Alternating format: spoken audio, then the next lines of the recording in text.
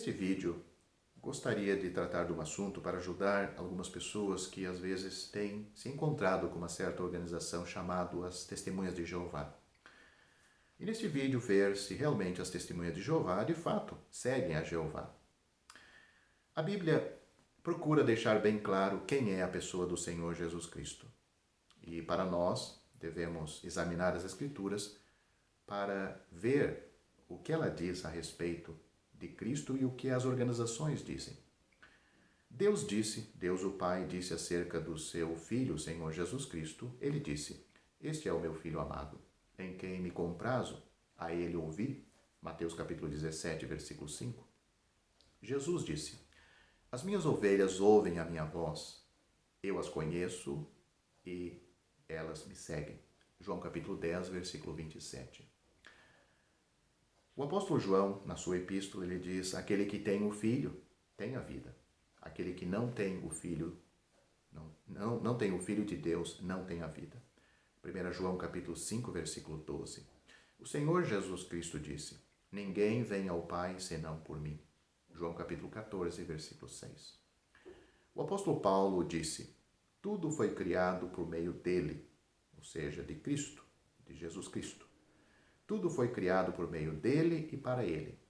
Ele é antes de todas as coisas. Nele tudo subsiste. Colossenses capítulo 1, versículos 16 e 17. Essas passagens expressam, em poucas palavras, o ensinamento de toda a Bíblia, a saber, todas as coisas dependem de Jesus Cristo.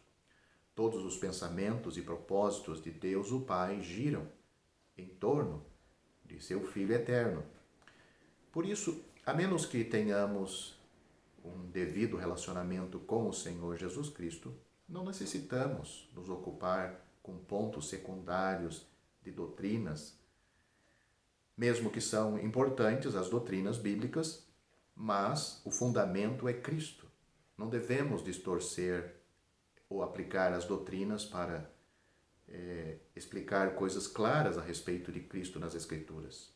Sem Cristo estamos perdidos e nunca poderemos alcançar o reino de Deus, seja como for.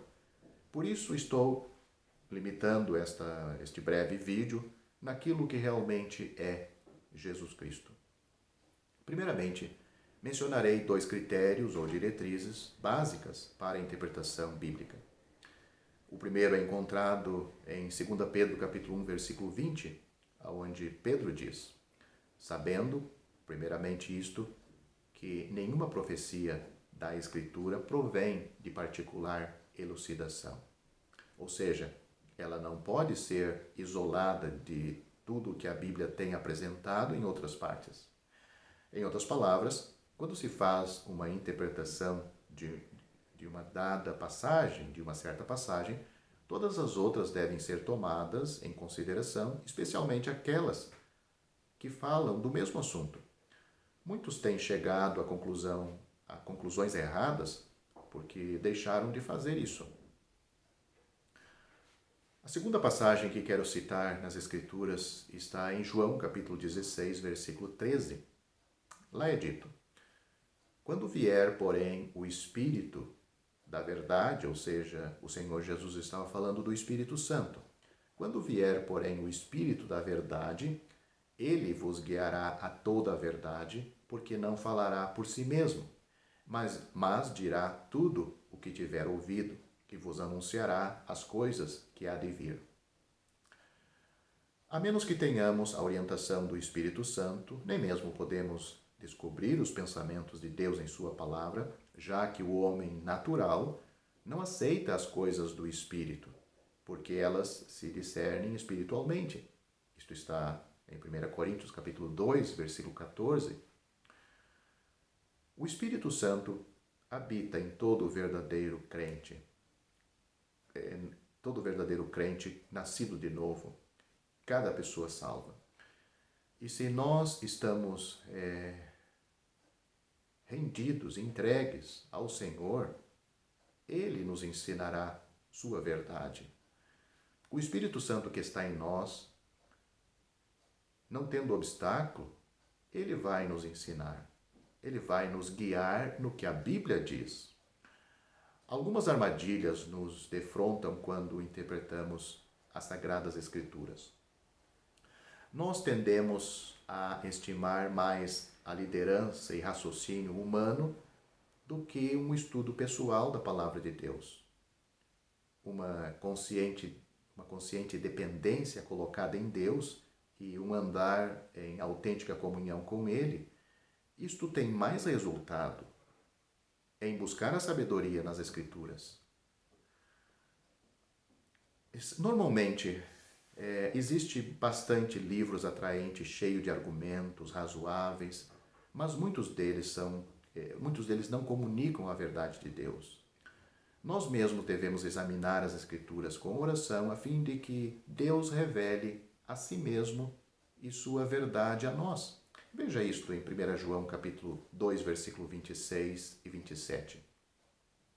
Quando você mesmo lê e estuda a Bíblia, não pode deixar de ver o importante lugar que Deus dá a seu Filho eterno, Jesus Cristo.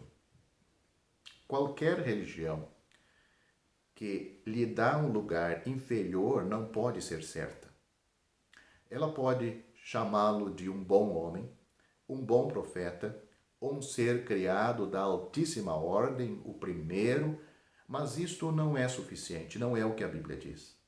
A Bíblia é enfática, que ele é Deus manifestado, que se manifestou em carne. Ele não é outro senão Jeová do Antigo Testamento. Este fato é facilmente estabelecido por apenas algumas passagens com as quais todas as outras concordam. Note Mateus capítulo 10, Mateus capítulo 4, versículo 10. É uma citação, ou note a citação de Deuteronômio capítulo 6, versículo 13 e versículo 14. Note Mateus capítulo 4. Então Jesus lhe ordenou: retira-te, Satanás, porque está escrito: ao Senhor teu Deus adorarás e só a ele darás culto. Somente Deus deve ser adorado.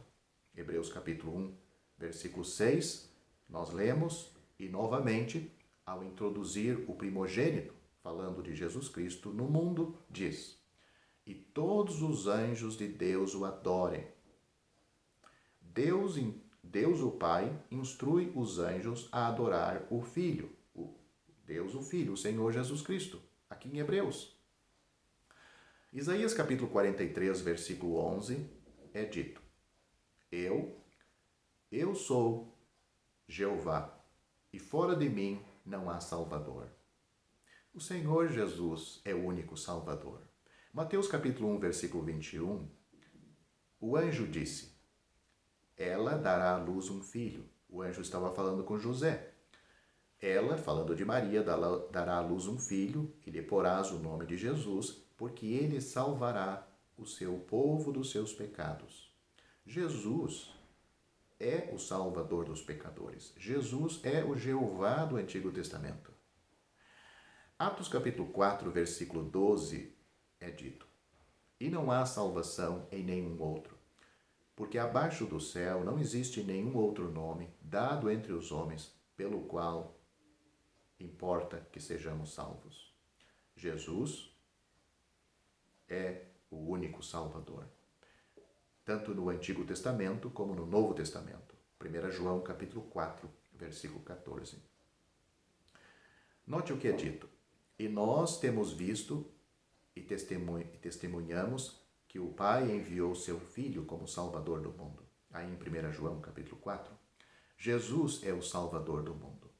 2 Pedro capítulo 1, versículo 1, nos dito: na justiça do nosso Deus e Salvador Jesus Cristo. Hebreus capítulo 1, versículo 8, nos dito: mas acerca do Filho, o teu trono, ó Deus, é para todo sempre. Aqui Jesus é tratado como Deus pelo próprio Deus o Pai, ou seja, o Filho. Deus o Filho é tratado pelo Deus o Pai. 1 João capítulo 5, versículo 20, é uma outra passagem interessante onde é dito: também sabemos que o Filho de Deus é vindo e nos tem dado entendimento para conhecermos o verdadeiro. E estamos no verdadeiro, em seu Filho Jesus Cristo. Este é o verdadeiro Deus e a vida eterna. Aqui Jesus é chamado de verdadeiro Deus e vida eterna. No Evangelho de João, o Senhor Jesus declara em vários lugares que ele é igual a Deus o Pai. Uma escritura notável é João capítulo 5, versículo 23. Note o que o Senhor diz lá nesta passagem. A fim de que todos honrem o Filho, do mesmo modo porque honram o Pai. Quem não honra o Filho, não honra o Pai que o enviou. Em João capítulo 8, versículo 58, note, respondeu-lhes Jesus, em verdade, eu vos digo, antes que Abraão existisse, eu sou. Aqui Jesus adota o mesmo nome como Deus fez em Êxodo, capítulo 3, versículo 14, quando falava com Moisés. Pois naquela ocasião, era o Senhor Jesus que falava com Moisés. Deus disse para Moisés dizer aos filhos de Israel, eu sou, me enviou a vós outros.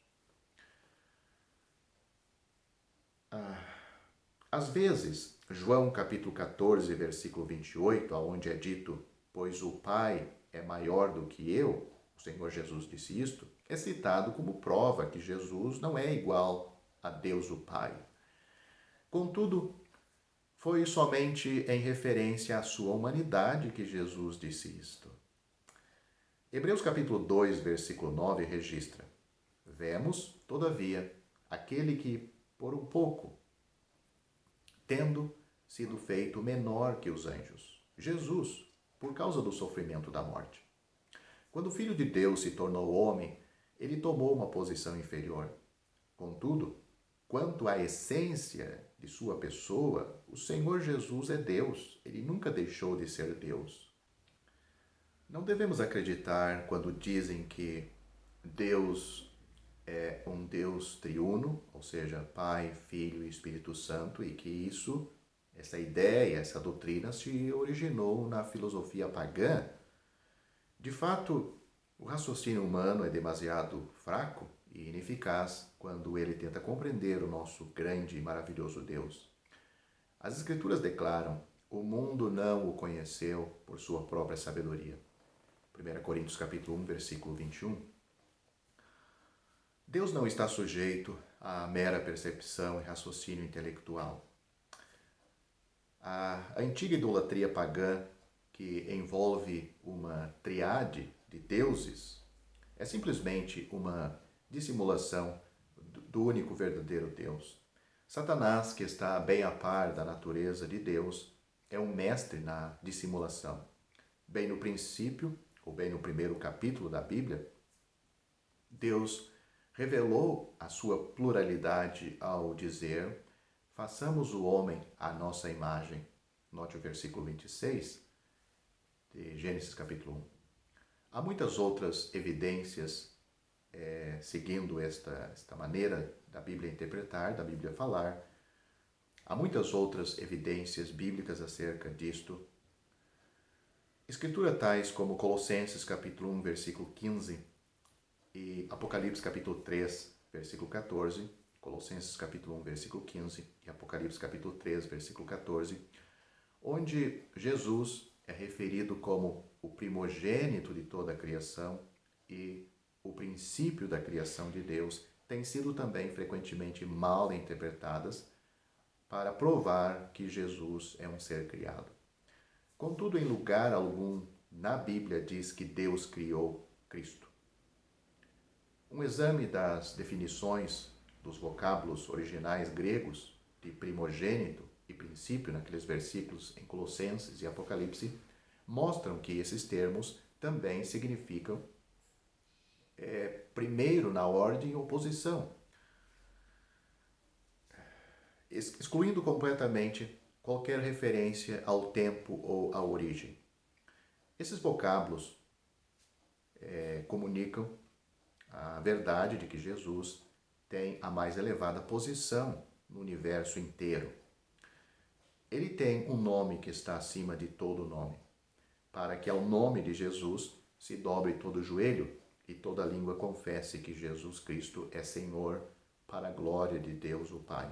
Filipenses capítulo 2, versículos 9 a 11. Ele está acima de todo principado e potestade e poder e domínio.